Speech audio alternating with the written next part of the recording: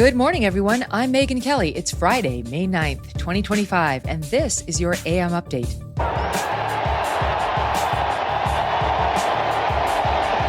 White smoke at the Vatican. There's a new pope, and for the first time ever, he's from America. The people who wrote those books were not in the White House with us, and they didn't see how hard Joe worked every single day. Former President Joe Biden plus Dr. Jill sit through a rambling and defensive appearance on The View.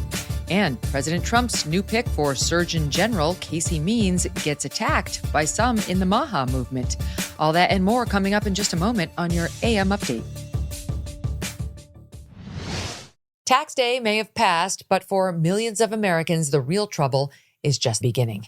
If you missed the April 15th deadline or still owe back taxes, the IRS is ramping up enforcement, and every day you wait might make things worse. With over 5,000 new tax liens filed daily and tools like property seizures, bank levies, and wage garnishments, you don't want to mess around, okay? The good news is there's still time for Tax Network USA to help. Self-employed or a business owner, even if your books are a mess, they've got it covered. Tax Network USA specializes in cleaning up financial chaos and getting you back on track fast. Even after the deadline, it's not too late to regain control. Your consultation is completely free, and acting now could stop penalties, threatening letters, and surprise levies before they escalate. Call 1-800-958-1000 or visit tnusa.com/Megyn. You may have missed April 15th, but you haven't run out of options. Let Tax Network USA help before the IRS makes the next move. White smoke billowing from the Sistine Chapel late Thursday afternoon, signaling a new leader for the world's 1.4 billion Catholics. But unlike every other time in history, an American-born man walked out on that balcony to the cheering crowds below.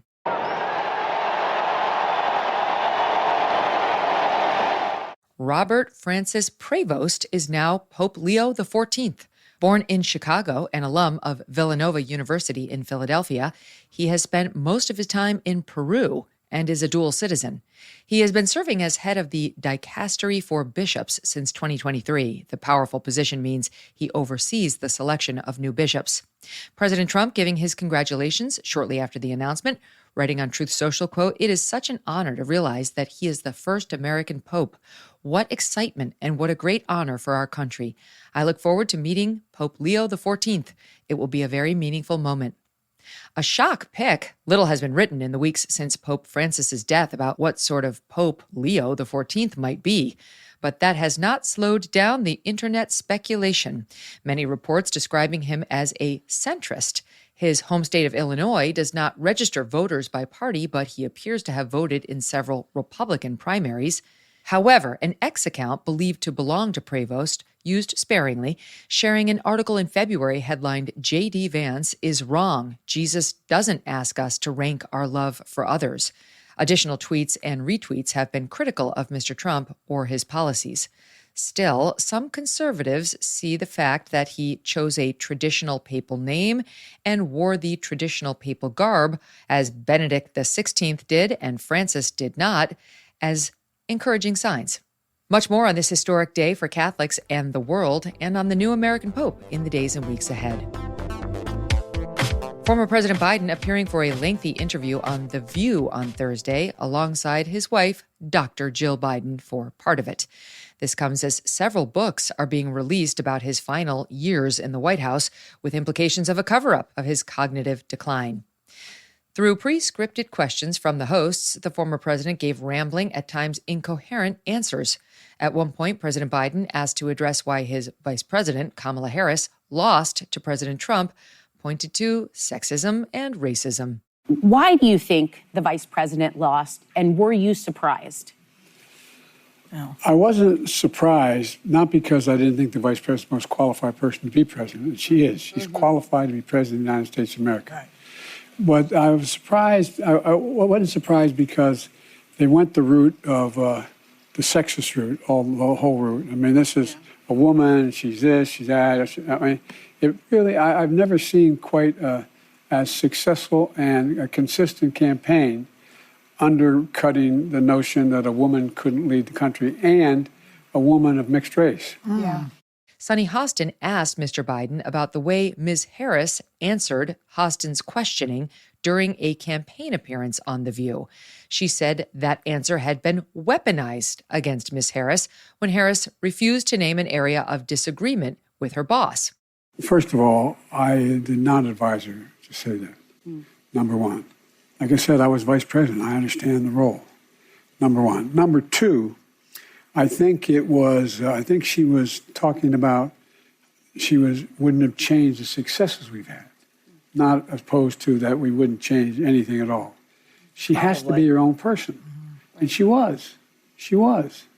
And so I think that was used in a way that is contrary to what she meant by when she said that.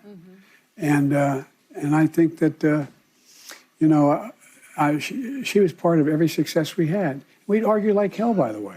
No, that's good. That's good. Yeah. We sit and say, well, what about this provision? No, Joe, I don't like that. Well, anyway, we worked it out. When Jill Biden joined the show, she cut in and interrupted her husband to respond herself to accusations of cognitive decline laid out in these recent books.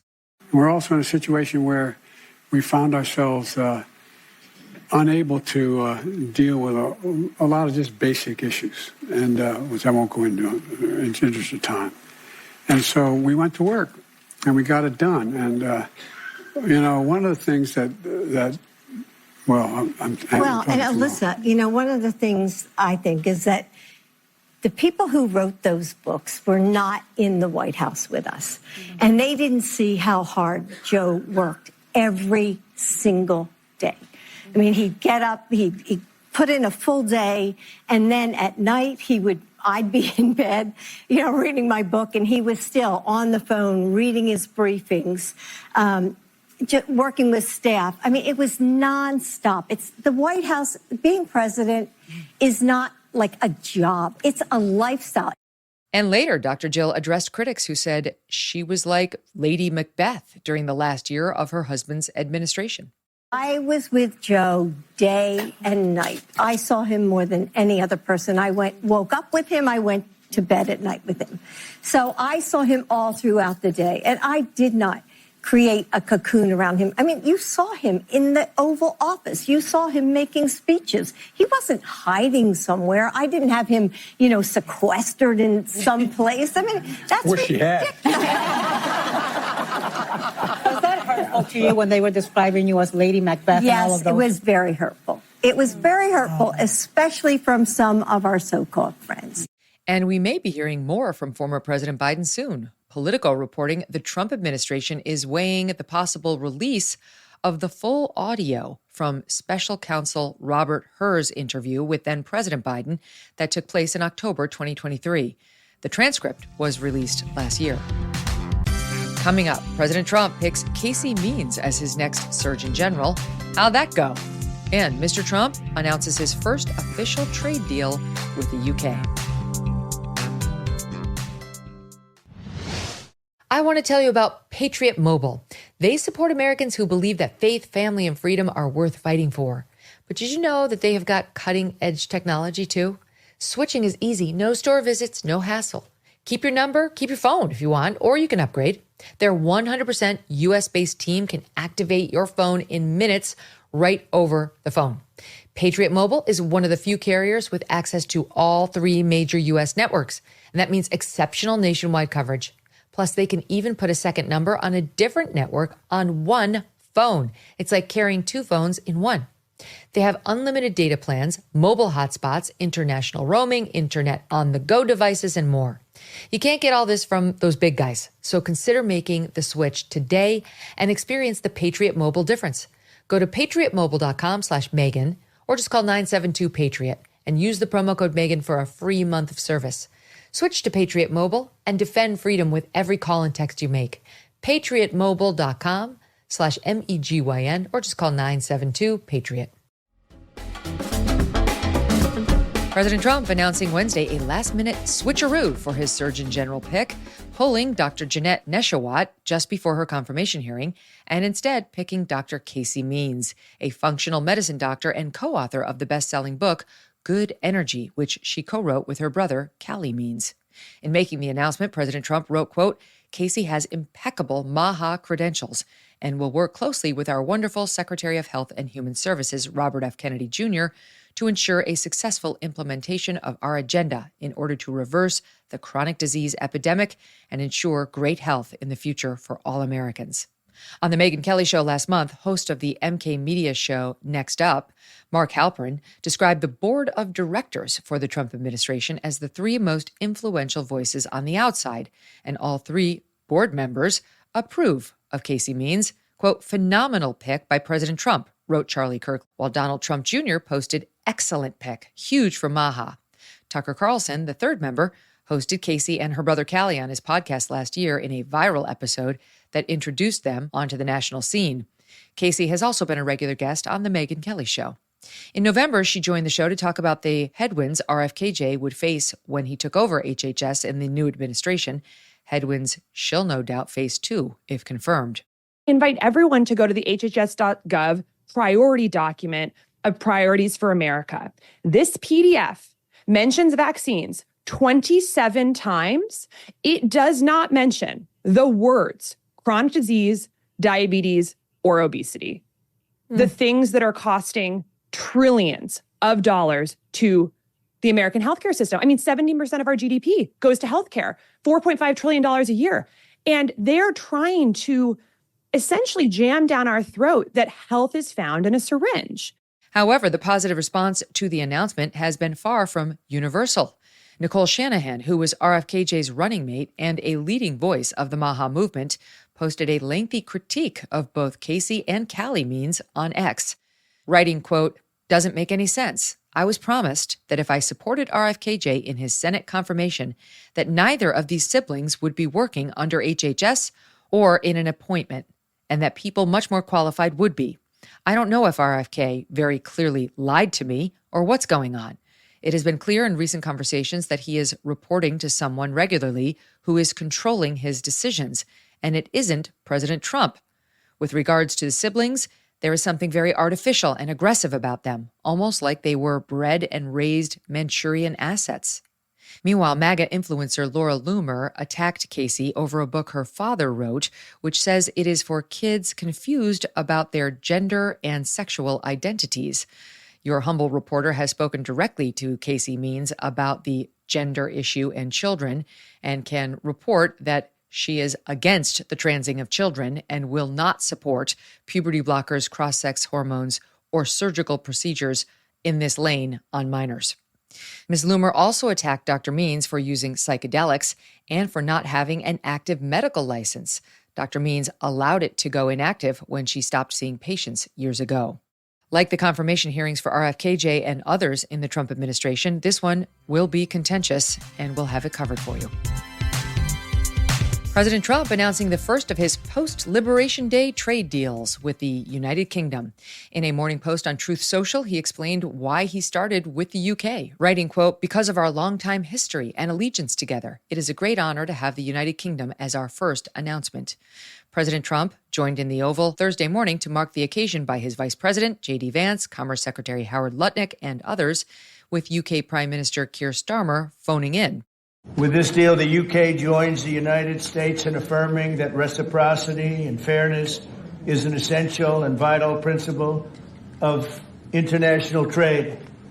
The deal includes billions of dollars of increased market access for American exports, especially in agriculture, dramatically increasing access for American beef, ethanol, and virtually all of the products produced by our great farmers. Prime Minister Starmer echoing President Trump's sentiments on the deal.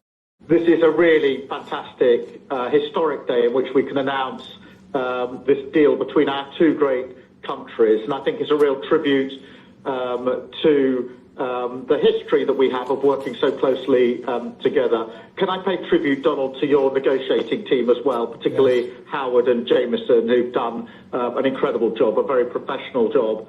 The deal keeps the 10% across-the-board tariffs that the Trump administration put into place, but removes some of the additional tariffs that were on top of that 10%.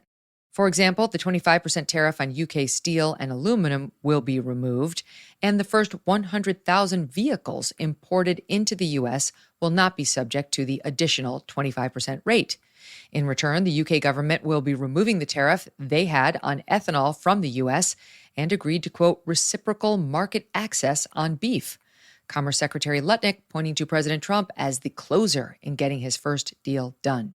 This was the president's deal, and people think, oh, that's not the way it works. If you got to sit next to him, I have the best deal maker to my left, and if you don't think that we take advantage of him calling the prime minister and getting that deal done, you don't understand who's the president of the United States. So he's the closer. He gets deals done that we could never get done because he understands business, he understands deals. President Trump posting on Truth Social, quote, many other deals which are in serious stages of negotiation to follow. In other news, the Golden Globes just added a Best Podcast category to its awards. Could AM Update be in contention? Who cares? The only good opinion we want is yours.